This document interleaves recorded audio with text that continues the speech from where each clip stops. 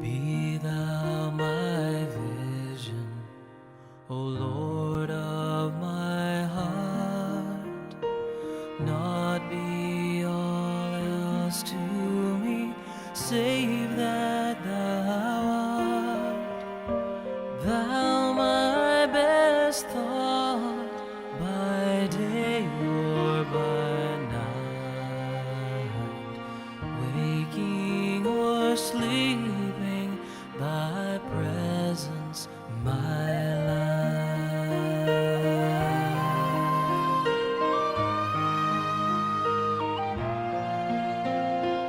Be thou my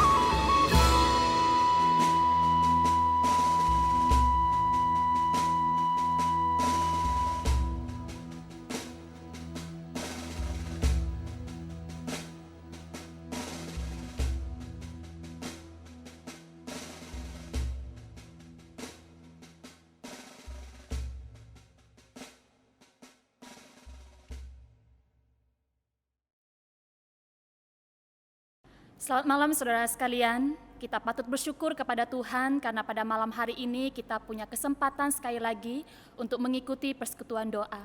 Pada malam hari ini kita juga akan bersama-sama akan berdoa untuk gerejanya dan juga situasi pada saat ini. Tapi sebelumnya mari kita meneduhkan hati kita, pikiran kita di hadapan Tuhan dan kita akan mengakui dosa kita di hadapan Tuhan. Mari kita berdoa. Bapa di dalam kerajaan surga, saat ini kami datang di hadapan Engkau Tuhan. Kami mau dengan kesungguhan hati datang kepada Tuhan. Kami mau melupakan sejenak segala hal yang terjadi dalam kehidupan kami Tuhan. Bahkan mungkin di dalam pikiran kami ada banyak hal yang sedang kami pikirkan. Tapi biarlah Roh Kudus Tuhan boleh menolong setiap kami untuk kami boleh sungguh-sungguh terarah hanya kepada Engkau saja. Tuhan, ampuni setiap dosa pelanggaran kami.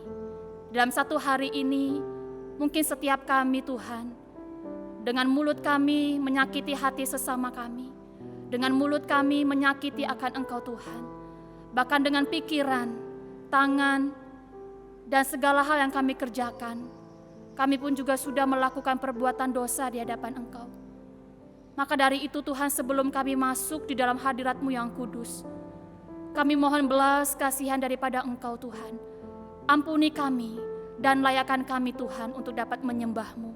Sehingga kehadiran kami pada malam hari ini sungguh-sungguh berkenan di hadapan Engkau Tuhan.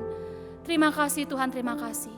Di dalam nama Yesus Kristus kami berdoa dan bersyukur kepadamu. Amin.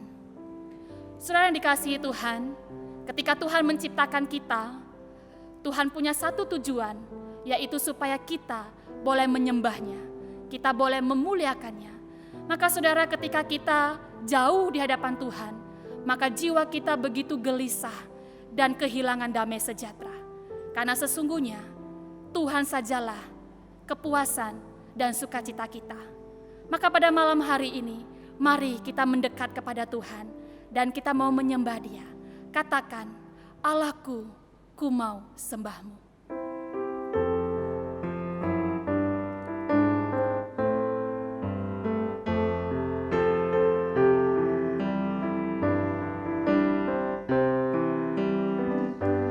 Allahku, ku mau sembah-Mu. Hatiku cinta padamu. Di hadirat-Mu ku mau renungkan-Mu. Hatiku puji sembah-Mu. Engkaulah kepuasanku. Engkaulah sukacitaku. Di hadirat-Mu ku mau renungkan-Mu. Allahku, ku mau sembah-Mu. 一生我要敬拜你，我的心深深地爱你，在你宝座前我要来思想你，我的心赞美敬拜你，你做我心里的满足，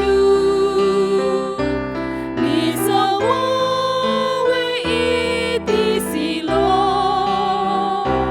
在你宝座前我思想你恩典，我的神，我要敬拜你。Engkau lah kepuasanku, Engkau lah sukacitaku.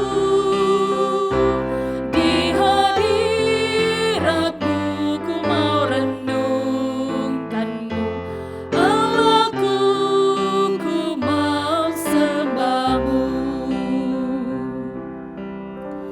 Saudara yang terkasih, mari pertama-tama kita berdoa. kita datang kepada Tuhan dengan ucapan syukur di hadapannya. Mari kita merenungkan apa yang Tuhan sudah perbuat bagi kita sampai hari ini. Mari kita juga mengingat bagaimana Tuhan hadir dan campur tangan atas segala hal yang kita lalui sampai hari ini. Mari secara pribadi kita bersyukur kepadanya. Bapa dalam kerajaan surga, kami datang di hadapan Engkau Tuhan. Tidak ada alasan bagi kami untuk kami datang di hadapan Engkau Tuhan untuk tidak bersyukur. Maka pada malam hari ini Tuhan, kami datang dengan penuh rasa syukur di hadapan Engkau Tuhan. Karena ketika kami merenungkan hidup kami melihat jejak-jejak perbuatan Tuhan, karya Tuhan di dalam kehidupan kami.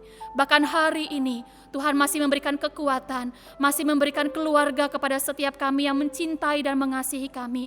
Kami bisa melakukan banyak aktivitas pada hari ini. Itu semua oleh karena anugerah, oleh karena kasih dan penyertaan Tuhan bagi setiap kami ya Tuhan.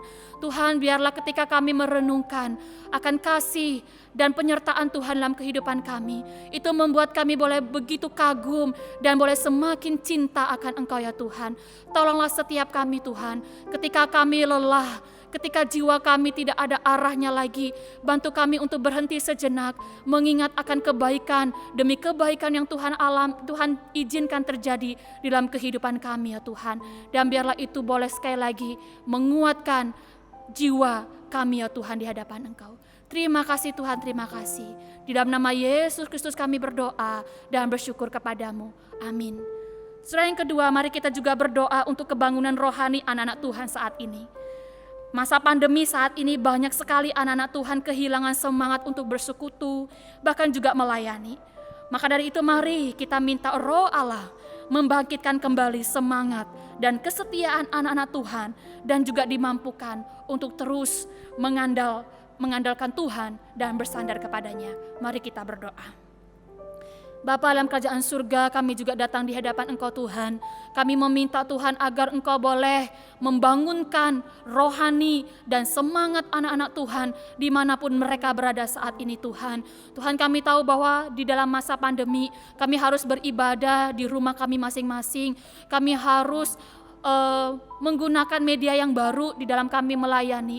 Tuhan, Engkau tahu Tuhan, ketika kami melakukan ini ada rasa jenuh, ada banyak sekali tantangan yang kami temui, dan itu membuat kami kerohanian mulai undur, bahkan semangat kami tidak lagi ada ya Tuhan. Maka dari itu Tuhan, kami mohon kepada Engkau Tuhan yang empunya di dalam kehidupan kami, supaya Tuhan boleh membangkitkan semangat anak-anak Tuhan dimanapun kami berada ya Tuhan, supaya kami boleh melihat akan kepada Engkau saja, bahwa kami memandang bahwa Tuhan saja yang kami layani, meskipun ada banyak hal, tantangan yang kami temui, tetapi biarlah kami boleh bangkit dan kami boleh tetap memiliki semangat, karena Tuhan itu adalah Allah yang hidup.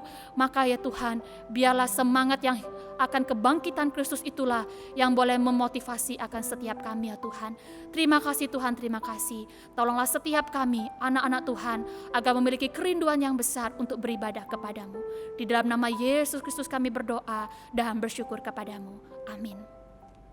Saudara, mari kita juga berdoa yang ketiga untuk kebaktian umum minggu ini, baik itu yang ada di pusat, baik itu di gereja cabang dan juga pos PI. Mari kita doakan bagi aktivis yang melayani di mimbar ataupun di bawah mimbar, untuk pemusik, singer, liturgis, tim multimedia, dan pengkhotbah minggu ini. Mari kita juga berdoa untuk ibadah sekolah minggu yang ada di pusat maupun di cabang dan pos PI. Kemudian kita juga berdoa khususnya untuk komisi remaja, di mana pada tanggal 7 Mei 2021 ini Komisi Remaja atau TG GKPJ akan merayakan ulang tahun yang ke-47. Mari kita datang kepada Tuhan, kita bersyukur untuk pimpinan Tuhan sampai hari ini, dan tidak lupa kita juga berdoa agar Komisi Remaja boleh semakin dipakai Tuhan untuk memfasilitasi pertumbuhan iman anak-anak remaja di GKPJ. Mari kita berdoa. Bapa dalam kerajaan surga, kami pun datang kepada Engkau Tuhan.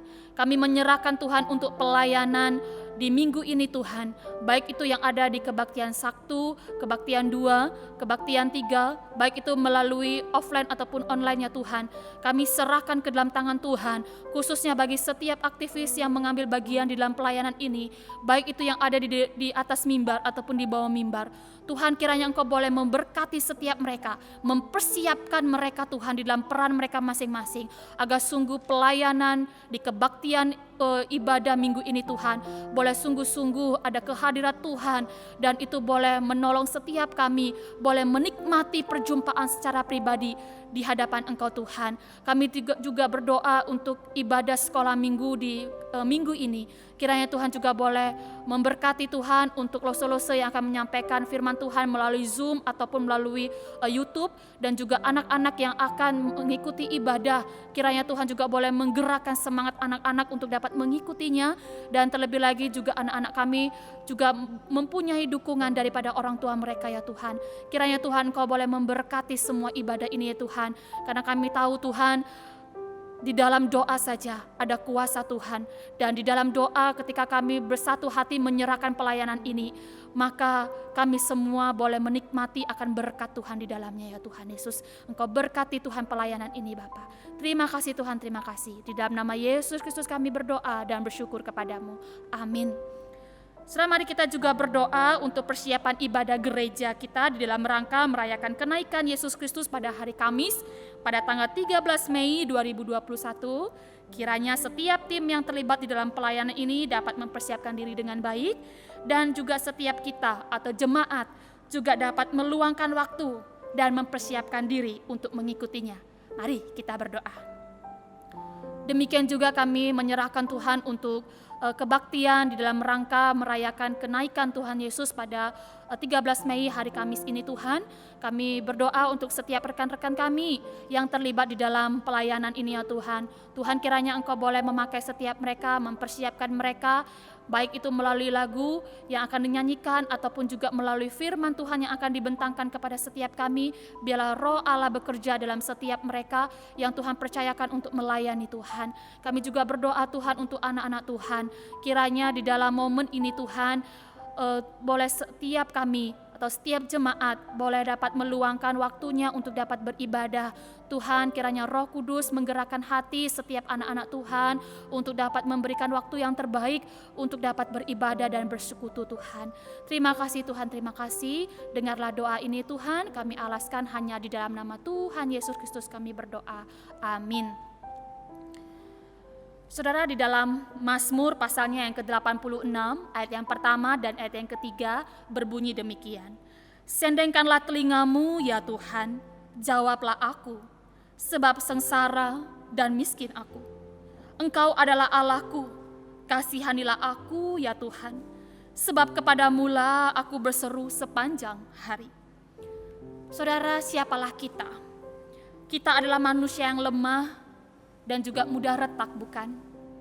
Maka setiap hari kita memerlukan Tuhan, baik itu di dalam waktu yang penuh dengan sukacita, dalam keadaan yang baik-baik saja, ataupun di dalam kondisi yang penuh dengan pergumulan. Setiap kita memerlukan Tuhan. Maka saudara, saya mengajak setiap kita, mari kita mengakuinya di hadapan Tuhan, bahwa aku perlu akan Tuhan. Dengan kita menyanyikan pujian, aku perlu akan Yesus.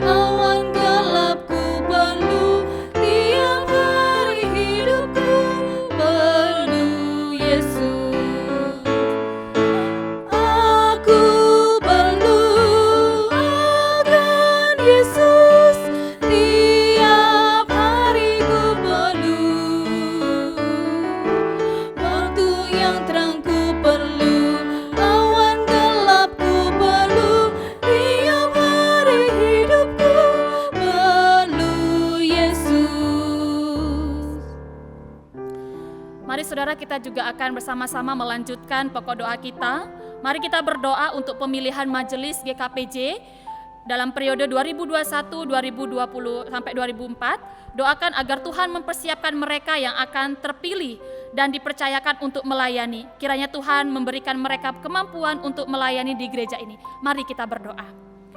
Bapa dalam kerajaan surga, kami datang di hadapan Engkau Tuhan, kami pun juga menyerahkan untuk pemilihan majelis GKPJ ya Tuhan. Kiranya Tuhan juga boleh senantiasa memakai khususnya bagi setiap mereka calon-calon yang akan terpilih. Tuhan, kiranya Engkau boleh memakai setiap mereka punya hati, dan Tuhan mempersiapkan mereka untuk mereka boleh meresponin panggilan ini, dan Tuhan beri kemampuan untuk mereka dapat mampu menjalankan tugas ini ya Tuhan. Kiranya Tuhan yang boleh menolong ya Bapa. Terima kasih Tuhan, di dalam nama Yesus Kristus kami berdoa dan bersyukur. Amin. Mari kita juga berdoa untuk masa depan Sekolah Kristen Bina Kasih atau SKBK. Kiranya Tuhan memperlengkapi setiap mereka yang terlibat di dalam pelayanan ini untuk melakukan visi dan misi dari sekolah ini. Doakan juga untuk kegiatan belajar mengajar selama pandemi dan proses penerimaan peserta didik baru. Mari kita berdoa. Bapa dalam kerajaan surga, kami juga berdoa untuk Sekolah Kristen Bina Kasih Tuhan. Kiranya Tuhan Kau boleh memampukan setiap mereka yang terlibat di dalam pelayanan ini Tuhan untuk dapat mencapai atau melakukan visi dan misi dari Sekolah Kristen Bina Kasih ini Tuhan. Kiranya Tuhan berikan hikmat, kebijaksanaan, kemampuan untuk setiap mereka yang melayani. Kami pun juga berdoa Tuhan untuk proses belajar di dalam masa pandemi ini. Kiranya Tuhan juga boleh memberkati setiap guru-guru yang mengajar dan juga untuk setiap anak-anak yang diajar Tuhan. Biarlah ada kerjasama yang baik dan biarlah proses belajar setelah panjang pandemi ini boleh sungguh-sungguh dapat berjalan dengan baik. Kami juga menyerahkan Tuhan untuk penerimaan peserta didik baru. Kiranya Tuhan juga boleh memberkati Tuhan di dalam setiap prosesnya ini ya Tuhan. Kiranya Tuhan masyarakat khususnya di Kota Jambi boleh mempercayakan anak-anaknya untuk dididik di Sekolah Kristen Bina Kasih ya Tuhan. Dan mampukan untuk Sekolah Kristen ini pun juga menjalankan apa yang menjadi visi dan misi dari sekolah ini. Terima kasih Tuhan, di dalam nama Yesus Kristus kami berdoa dan bersyukur kepadamu. Amin. Saudara, mari kita juga berdoa menyerahkan untuk jemaat GKPJ yang saat ini sedang bergumul dengan sakit penyakit mereka. Dan dalam pokok doa ini saya akan bagi di dalam 2 bagian. Yang pertama, bagi yang wanita kita berdoa untuk Ibu Ruter yang sedang lemah tubuh, dan kemudian Ibu Li Tio Chun, mama dari penginjil Lindawati yang sedang lemah tubuh. Dan kemudian yang ketiga kita berdoa untuk Ibu Eng Sakyun, mama dari Ibu Karisma yang sedang sakit saraf leher dan stroke ringan.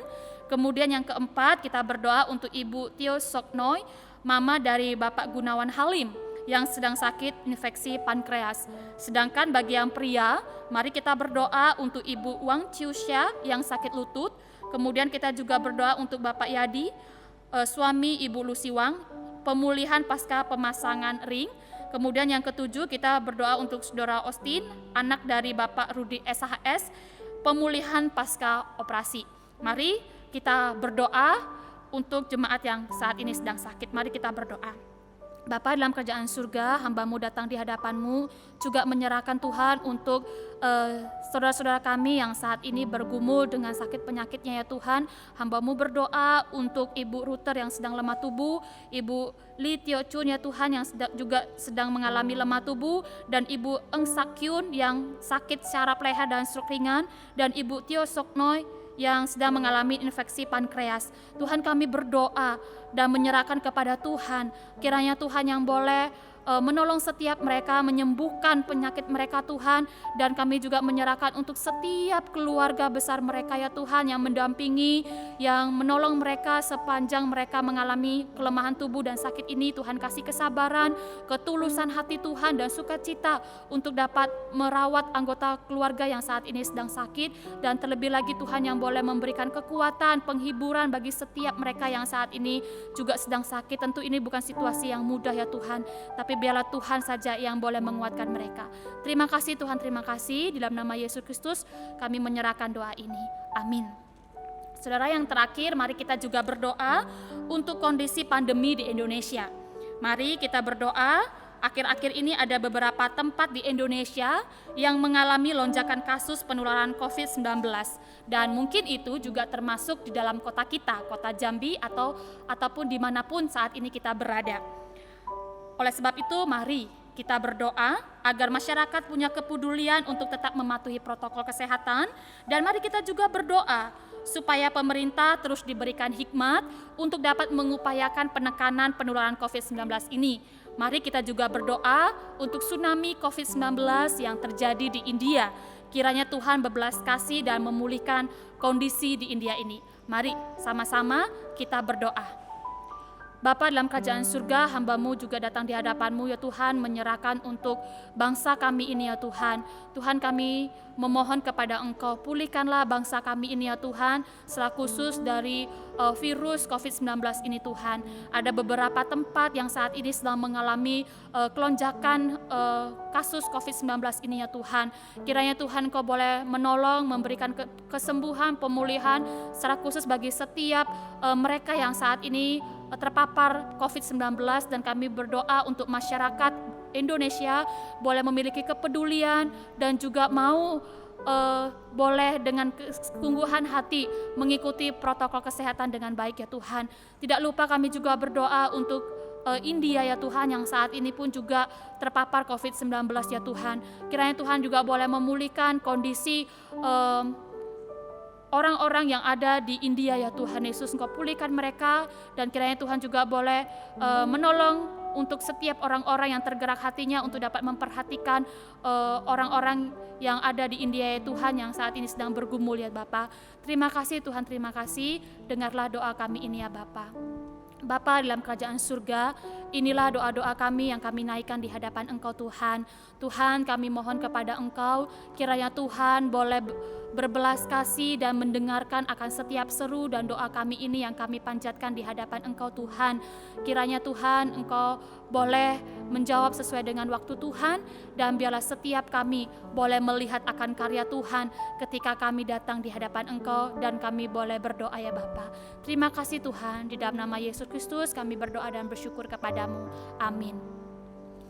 Saudara yang dikasihi Tuhan, tiba waktunya bagi kita untuk kita mendengar akan kebenaran firman Tuhan yang akan disampaikan oleh penginjil Rio Susanto. Dan biarlah dengan kerendahan hati kita mau menjadi murid yang mau belajar. Hari ini kita mau belajar tentang integritas seorang murid. Dan saya mengajak setiap kita untuk menyanyikan pujian Ku Mau Jadi Murid Yesus sembari kita mempersiapkan hati kita menyambut firman-Nya.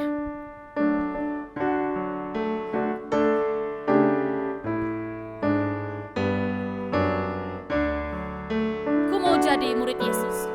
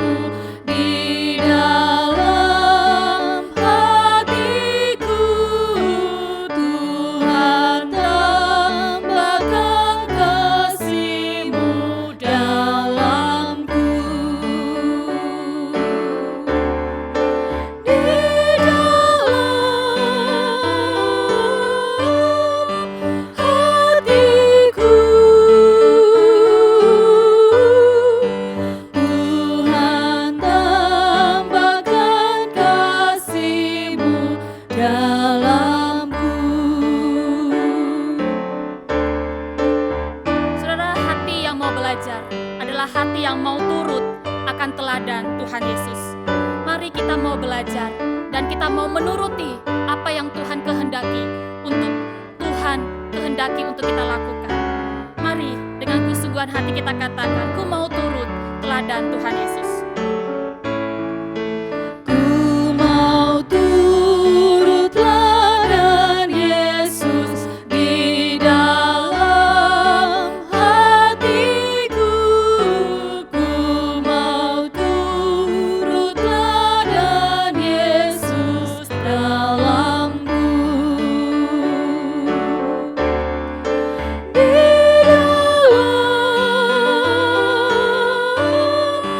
hatiku, ku mau turut teladan Yesus dalamku. Kepada penginjil Rio Susanto dipersilahkan. Shalom Bapak Ibu Saudara yang dikasihi Tuhan, mari kita berdoa terlebih dahulu sebelum kita merenungkan kebenaran firman Tuhan. Bapa di surga, tiba saatnya kami akan merenungkan kebenaran firman-Mu. Kami memohon kiranya Allah Roh Kudus menolong setiap kami untuk boleh memahami kebenaran firman-Mu. Singkapkan kebenaran firman-Mu ya Tuhan, sehingga kami boleh semakin hari hidup menurut kehendak Tuhan bagi kami. Dan Tuhan, tolong kiranya perbaharui kami, kuduskan kami di dalam kebenaran-Mu, sebab firman-Mu adalah kebenaran. Berbicaralah ya Tuhan melalui hamba-Mu yang terbatas ini. Kiranya Tuhan menyampaikan apa yang hendak Tuhan sampaikan kepada setiap kami. Berbicaralah Tuhan sebab kami siap mendengar. Dalam nama Tuhan Yesus kami berdoa. Amin. Shalom Bapak Ibu Saudara yang dikasihi Tuhan. Malam hari ini kita akan bersama-sama merenungkan firman Tuhan dengan sebuah tema murid Kristus yang berintegritas. Mari saya mengajak kita untuk mendasari perenungan kita daripada surat Galatia pasal kedua ayat 11 hingga 14. Surat Galatia pasal kedua ayat 11 hingga 14. Sebuah kisah pertentangan antara Paulus dengan Petrus. Jika Bapak Ibu Saudara telah menemukannya, saya akan membacakan bagian firman Tuhan ini bagi kita sekalian. LAI memberi judul Paulus bertentangan dengan Petrus. Ayat 11. Tetapi waktu Kefas datang ke Antiokhia, aku berterang-terangan menentangnya, sebab ia salah. Karena sebelum beberapa orang dari kalangan Yakobus datang, ia makan sehidangan dengan saudara-saudara yang tidak bersunat.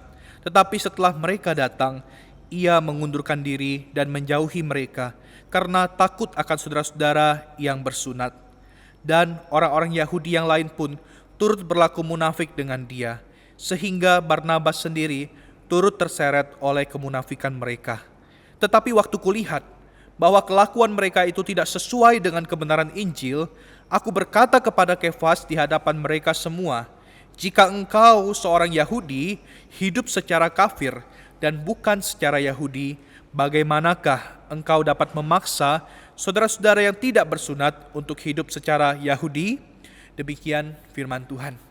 Bapak Ibu Saudara, suatu kali ada seorang anak yang berasal dari keluarga Yahudi yang tinggal di negara Jerman.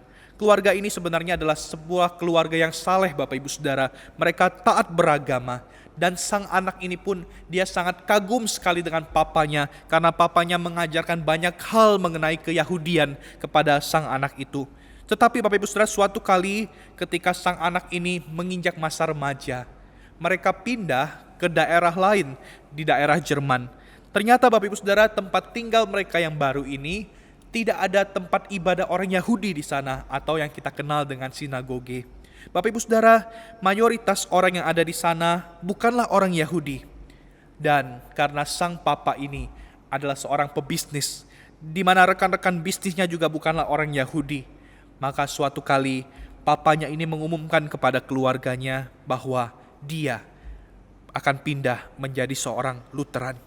Namun Bapak Ibu Saudara, sang remaja ini melihat bahwa kepindahan papanya ini ke Kristen Lutheran bukanlah karena kepercayaannya, bukanlah karena imannya, melainkan karena alasan tertentu yang berkaitan dengan bisnis daripada papanya. Sang anak ini pun sangat bingung Bapak Ibu Saudara. Dia kecewa dengan apa yang papanya lakukan itu. Padahal selama ini dia mengagumi papanya. Bertahun-tahun dia menyimpan kekecewaan kepada papanya. Hingga suatu kali Bapak Ibu Saudara, anak ini pergi kuliah, dia meninggalkan Jerman dan dia pergi ke Inggris. Dan ketika dia berkuliah di Inggris Bapak Ibu Saudara, dia sangat sering sekali pergi ke British Museum, di mana di sanalah dia menuliskan banyak pemikirannya yang mengubah dunia sampai hari ini. Bapak Ibu Saudara, karena sang papa yang tadi tidak bisa menunjukkan integritas kepada sang anak ini, maka sang anak di masa remajanya ketika dia melihat papanya yang dengan mudah bisa pindah kepercayaan, bisa pindah agama karena alasan ekonomi, sang anak ini pun akhirnya ketika dia menulis tentang pemikirannya, dia mengatakan agama itu hanya candu masyarakat. Dan sepanjang kehidupannya Bapak Ibu Saudara, anak ini menentang agama dan dia tidak percaya kepada Tuhan. Dan ternyata dampaknya hari ini Bapak Ibu Saudara, ada kurang lebih 2 miliar manusia yang hidup di bawah sistem yang dipikirkan oleh sang anak ini, yang dinamakan sistem komunisme. Dan nama anak itu adalah Karl Marx. Bapak Ibu Saudara, kita melihat dampak kehidupan dari seorang ayah yang gagal menunjukkan integritasnya di hadapan anaknya. Pada hari ini membuat miliaran manusia pada akhirnya dipengaruhi pemikiran anak ini, sehingga mereka tidak percaya kepada Tuhan. Bapak Ibu Saudara, sesungguhnya baik kita sadari ataupun tidak kita sadari, bukankah ada banyak hal dalam kehidupan kita yang juga seringkali bisa membawa kita, menarik kita untuk menjadi tidak berintegritas. Ada banyak hal seperti kesenangan-kesenangan, kemudahan-kemudahan dalam hidup ini, ataupun cari aman yang bisa saja menarik kita untuk kemudian tidak berintegritas, seperti ayah dari Karl Marx ini. Bapak Ibu Saudara, kita mungkin berusaha memberitahukan dan menasihati orang lain tentang bagaimana bisa hidup dengan benar. Tetapi sesungguhnya hidup kita belum sungguh-sungguh benar.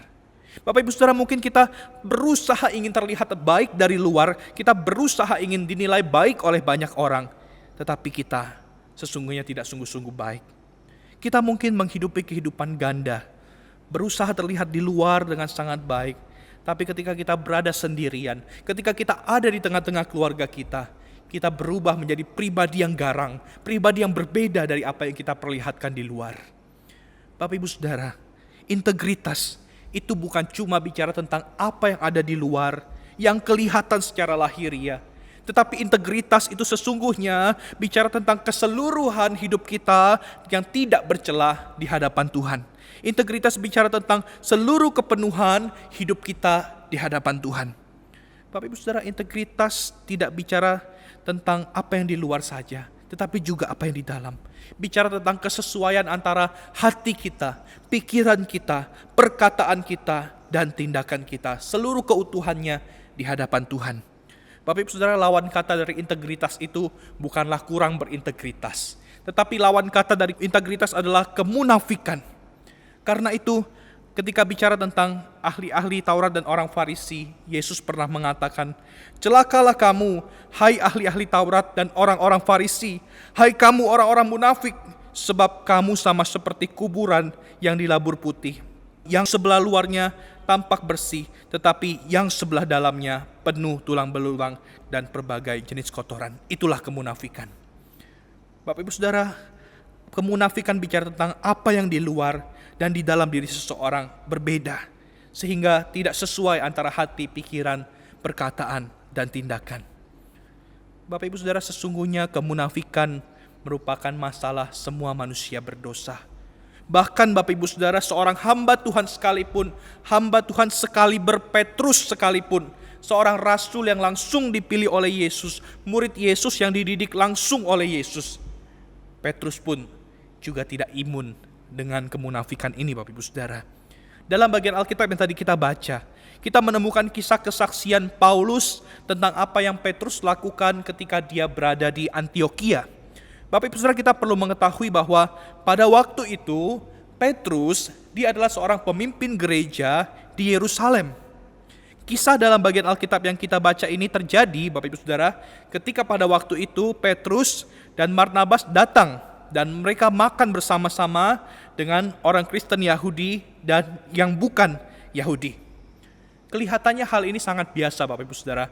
Mereka makan bersama, orang Yahudi dan orang non-Yahudi, mereka makan bersama. Dan sesungguhnya bukankah ini adalah hal yang sangat indah? Sebab orang-orang Kristen Yahudi dan non-Yahudi, mereka bisa saling menerima, saling merangkul. Dan kedatangan Petrus pun menjadi sebuah konfirmasi bahwa sesungguhnya orang Kristen yang non-Yahudi sekalipun juga merupakan anggota daripada gereja yang diterima. Tetapi Bapak Ibu Saudara, ada masalah di sini.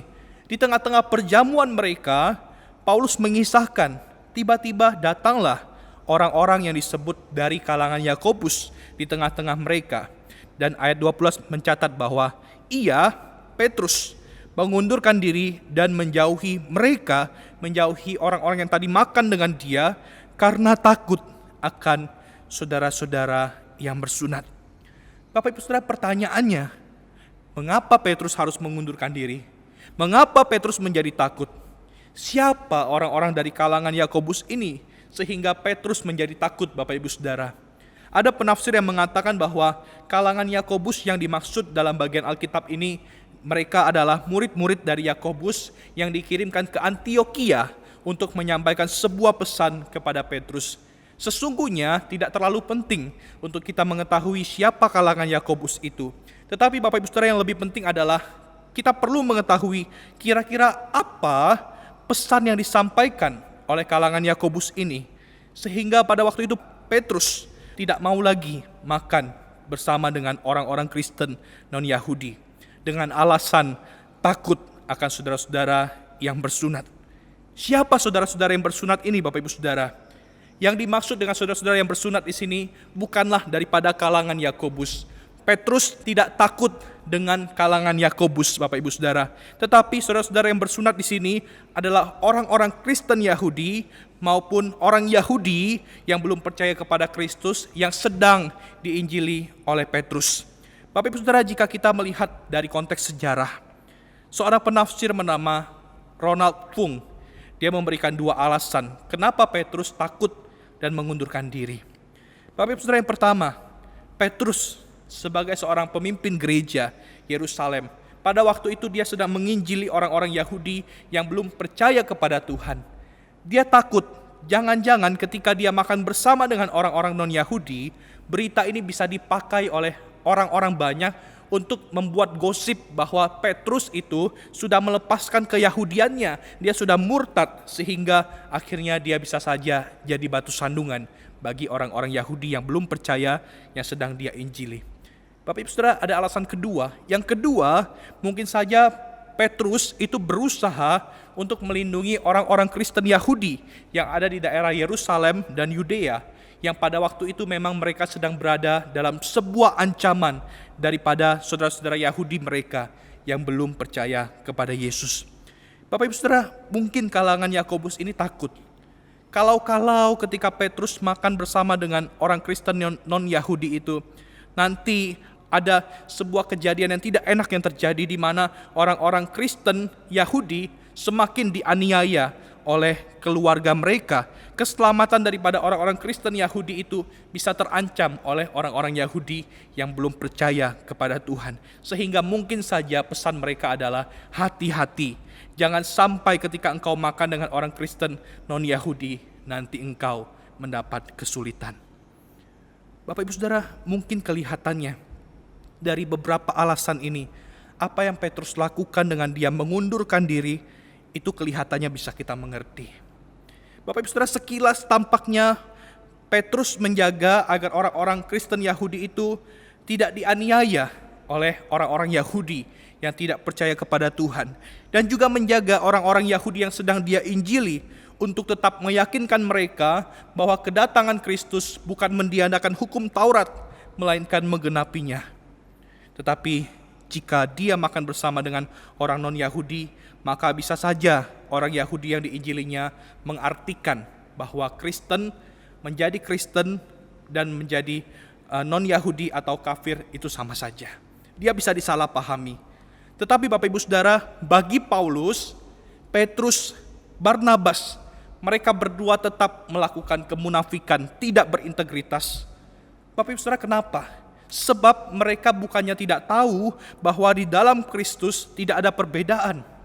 Bahkan ketika konsili Yerusalem, dalam Kisah Rasul 15 ketika membahas tentang orang Kristen Yahudi dan orang Kristen non-Yahudi apakah perlu disunat.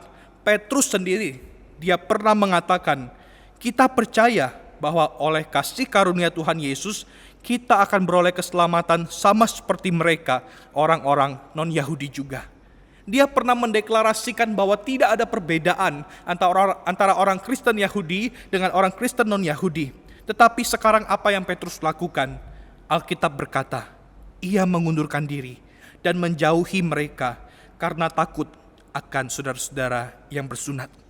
Bapak Ibu Saudara, mengundurkan diri di sini ini juga merupakan sebuah kata atau istilah yang dipakai dalam peperangan, di mana ketika pasukan itu sudah terdesak, maka mereka akan mengundurkan diri. Untuk apa tujuannya? Untuk mencari aman. Bapak Ibu Saudara, itulah yang Petrus lakukan. Petrus mengundurkan diri karena dia mencari aman. Dia takut pada pandangan orang lain atas dirinya.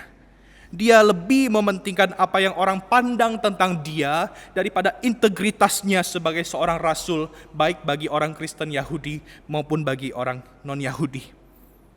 Karena itu Bapak Ibu Saudara, Paulus mengatakan kelakuan Petrus itu tidak sesuai dengan kebenaran Injil. Petrus terjebak dalam kemunafikan.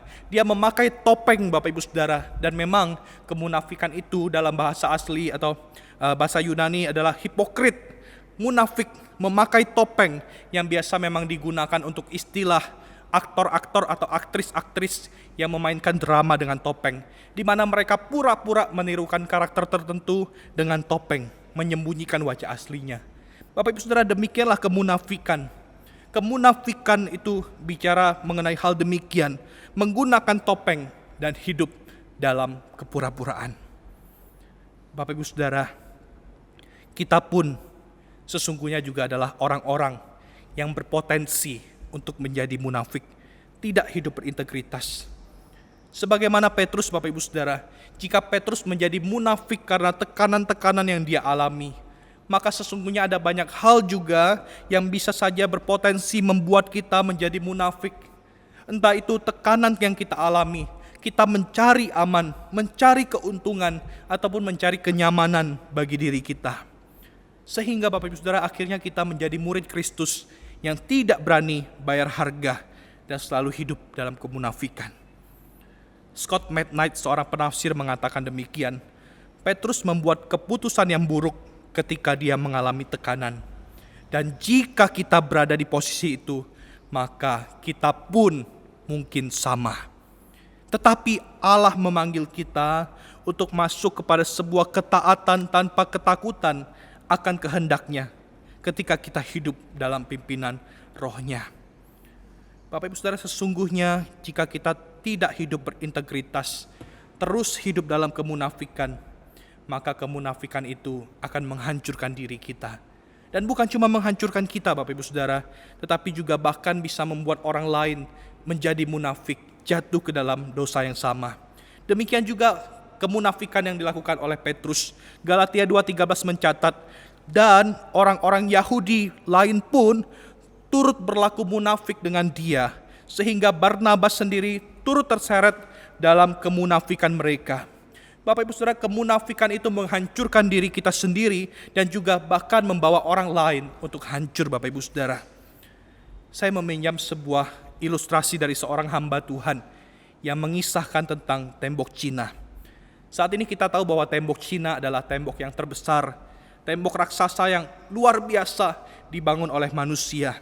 Tembok ini panjangnya 6.400 km, tingginya 8 meter dan lebarnya 8 meter. Sebuah bangunan yang sangat megah Bapak Ibu Saudara, bangunan yang dibangun dengan waktu yang tidak singkat, perlu waktu ratusan tahun. Tetapi Bapak Ibu Saudara, tembok ini dibuat bukannya tanpa tujuan. Tembok ini sesungguhnya dibuat untuk melindungi Cina pada waktu itu atau Tiongkok daripada serangan bangsa Mongol yang ada di utara. Karena itu setiap 180 meter dibuat menara pengintai di sana. Bapak Ibu Saudara, bagi orang pada masa itu, tembok ini tidak mungkin bisa dipanjat, tidak mungkin bisa didobrak, sulit sekali untuk menyerang Tiongkok karena ada tembok ini pada waktu itu. Tetapi Bapak Ibu Saudara, sepanjang sejarah Tiongkok, mereka pernah 3 kali mendapat serangan dari musuh. Bahkan musuh itu tidak merusak tembok, tidak memanjat tembok sama sekali. Lantas bagaimana caranya Bapak Ibu Saudara? Mereka menyerang Tiongkok. Ternyata musuh itu masuk lewat pintu gerbang utama dengan menyuap para penjaganya dengan uang dan wanita. Karena itu Bapak Ibu Saudara, pada masa itu ada ungkapan, orang-orang Tiongkok itu terlalu sibuk memikirkan bagaimana tembok batu yang besar itu terbangun, sehingga mereka lupa mengajarkan tentang integritas kepada generasi muda mereka. Bapak Ibu Saudara, ternyata tembok besar sekalipun tidak ada apa-apanya tanpa integritas para penjaganya. Pada akhirnya kehidupan yang tidak berintegritas itu menghancurkan diri mereka sendiri, menghancurkan keluarga mereka, bahkan menghancurkan bangsa mereka. Bapak Ibu Saudara, sama seperti tembok besar ini, setiap kita orang percaya pun, ketika kita hidup tanpa integritas, kehidupan kita bukan hanya membahayakan diri kita sendiri, tetapi juga orang lain. Bapak Ibu Saudara, bukankah kita sering mendengar orang-orang yang sakit hati dengan gereja, bahkan sakit hati dengan orang-orang Kristen tertentu. Bahkan kita mungkin pernah mendengar orang berkata, untuk apa saya ke gereja? Toh si A sudah ke gereja bertahun-tahun, sangat rajin untuk ke gereja, tetapi hidupnya masih begitu-begitu saja. Bapak Ibu Saudara, memang belum tentu salah daripada orang percayanya. Bisa jadi orang ini yang salah. Tetapi Bapak Ibu Saudara, bisa jadi pun seorang Kristennya yang mungkin tidak menunjukkan kesaksian hidup yang baik, sehingga orang yang belum percaya bisa melihat demikian. Bapak Ibu Saudara, mari kita mengoreksi diri. Jangan sampai kehidupan kita menghalangi orang untuk datang kepada Tuhan. Biarlah kita boleh belajar menjadi murid Kristus yang hidup berintegritas. Sehingga ketika orang melihat kehidupan kita, mereka bukan menghina Kristus, tetapi mereka boleh datang kepada Kristus. Mereka boleh percaya kepada Kristus sebagai juru selamat mereka. Bapak Ibu Saudara, Petrus pernah gagal untuk menjadi teladan dalam hal ini. Dia pernah gagal mengambil langkah. Dia mementingkan keamanan dirinya sendiri dibandingkan kebenaran yang seharusnya dia hidupi. Karena itu Paulus dengan tegas menegur Petrus bahwa Petrus, engkau tidak hidup sesuai dengan Injil. Bahkan di ayat ke-14 Paulus mengatakan, terang-terangan menegur Petrus karena kemunafikannya. Jika engkau seorang Yahudi, hidup secara kafir dan bukan secara Yahudi, bagaimana engkau dapat memaksa saudara-saudara yang tidak bersunat untuk hidup secara Yahudi? Dengan kata lain Bapak Ibu Saudara, Paulus mengatakan, hei Petrus, kamu itu pemimpin orang Kristen, dan kalau kamu memang keturunan Yahudi, tetapi kamu hidup secara kafir, bagaimana caranya kamu bisa memaksa orang non-Yahudi untuk hidup seperti orang Yahudi? Bapak Ibu Saudara, ini merupakan sebuah teguran yang sangat keras kepada Petrus. Tetapi Alkitab tidak mencatat bagaimana Petrus meresponi teguran daripada Paulus ini, Bapak Ibu Saudara. Tetapi kemungkinan yang paling besar adalah pada waktu itu Petrus bertobat. Dari mana kita tahu bahwa Petrus bertobat? Bapak Ibu Saudara, dalam surat 1 Petrus pasal 5 ayat kedua hingga ketiga, Petrus mengatakan kepada penatua gereja mula-mula, gembalakanlah kawanan domba Allah yang ada padamu, jangan dengan paksa tetapi dengan sukarela, sesuai dengan kehendak Allah, dan jangan kamu mencari keuntungan tetapi dengan pengabdian diri. Hendaklah kamu menjadi teladan bagi kawanan domba itu. Bapak Ibu Saudara, surat Galatia ditulis di antara tahun 53 hingga 56, dan surat 1 Petrus ditulis pada tahun 65. Dari sini kita melihat Petrus yang tadinya mencari aman dengan kemunafikan dan gagal jadi teladan bagi murid-muridnya. Namun setelah dia bertobat, dia bisa mengatakan, gembalakanlah domba-domba Allah, jangan karena mencari keuntungan, tetapi hendaklah engkau menjadi teladan. Bahkan Bapak Ibu Saudara, sejarah gereja mencatat bahwa Petrus pada akhirnya dia mati dengan dihukum salib terbalik. Petrus yang tadinya tidak berani menyatakan kebenaran, malah menyembunyikan kebenaran dengan kemunafikan.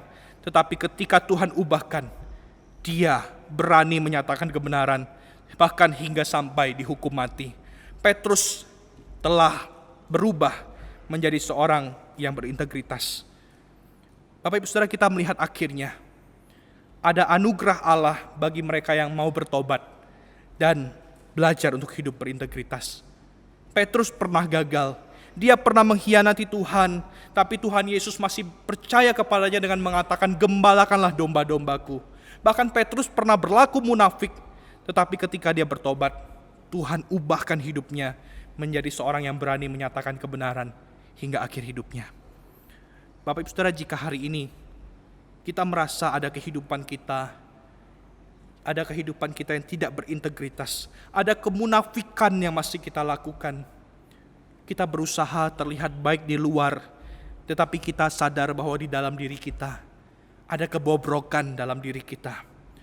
Bapak Ibu Saudara, ketika Petrus datang kepada Tuhan, ketika dia sungguh-sungguh bertobat, Tuhan mau mengubahkan Petrus. Dan hari ini, jika kita merasa demikian, Bapak Ibu Saudara, Tuhan mau juga kita datang kepada Tuhan, mengakui bahwa ada hal-hal dalam diri kita yang masih tidak berintegritas, ada kemunafikan yang masih bercokol di dalam diri kita. Mari kita datang kepada Tuhan dengan penuh penyesalan dan pertobatan. Bapak Ibu Saudara, maukah kita juga mengalami pertobatan seperti Petrus? Mari kita belajar hidup berintegritas.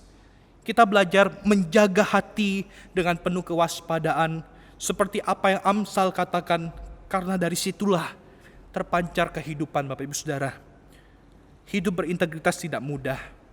Terkadang ada waktunya kita harus bayar harga untuk melakukannya. Ada kenyamanan dan keamanan yang harus kita tinggalkan. Bahkan terkadang ada keuntungan-keuntungan yang mudah bisa kita dapatkan, tetapi ketika kita berusaha hidup berintegritas, kita harus meninggalkan hal-hal itu.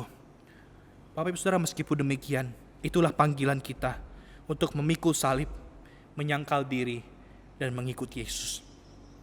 Bapak Ibu Saudara, perenungan ini bicara secara pribadi kepada saya sebagai seorang hamba Tuhan, untuk boleh melakukan apa yang saya boleh katakan.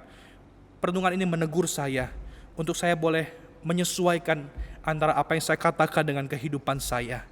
Dan saya pun berharap firman Tuhan ini juga bicara kepada Bapak Ibu Saudara sekalian. Mari kita memohon kepada Allah memeriksa hati kita. Kita bertobat, memohon Allah menyucikan kita daripada kemunafikan. Kiranya Allah berbelas kasihan kepada kita, Bapak Ibu Saudara.